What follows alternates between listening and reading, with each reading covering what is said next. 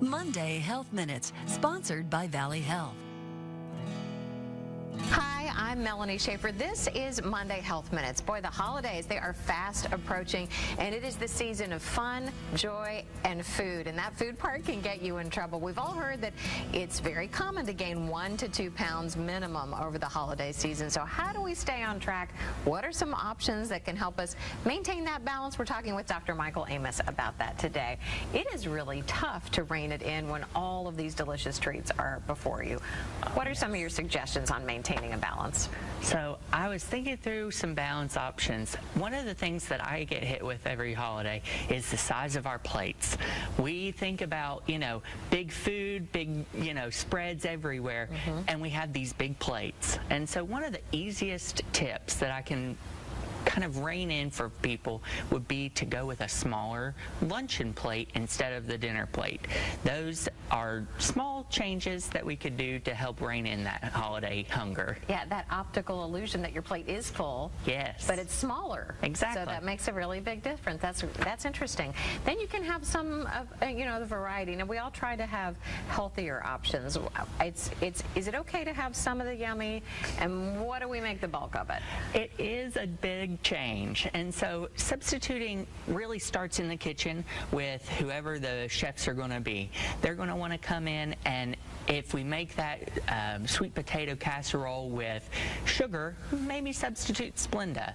While that might not get rid of all of the bad, unhealthy option from it, it will make it a little bit better. So small changes when you're making the food can also make a big change when everybody's consuming it over the holidays. And probably keep your water intake up, try to maintain that fullness. Oh yes, oh yes. Trying not to go back for seconds is also a big thing.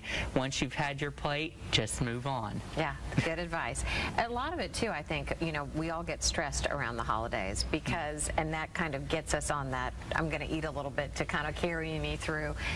What can we do to try to mitigate some of the stress? So stress is a big time, especially as it is unfortunate our holidays fall in the darkest time of year. Right. And so trying to balance when people already are going to have some outside stressors coming into life, whether you notice that or not, it does become more difficult. And so balancing stress can be working to continue to make sure that you're exercising, make sure that you're getting light therapy if that's something that works for you.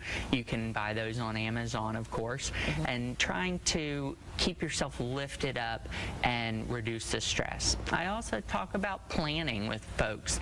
I feel that trying to plan out your holiday calendar is a good way to reduce stress in the time that you go through it. And maybe start early on all of your projects so you're not so overwhelmed. I do like the idea of light therapy. Those full spectrum bulbs is what you're talking about. That can help you get that vitamin D lift that we're all looking for. Exactly. The daylight is very stimulating to help raise your mood a little bit. Yeah, that's why we like summer. Right? Exactly, yes. It does, for sure. Well, you also mentioned staying kind of with an exercise regimen. That can be tough in colder months. Any suggestions on that? So the biggest thing is, I like to say, think outside the box. And so things that you can do in your house or in your garage are going to be really good. So if you have the treadmill, time to take the clothes off of it and get on there and start walking.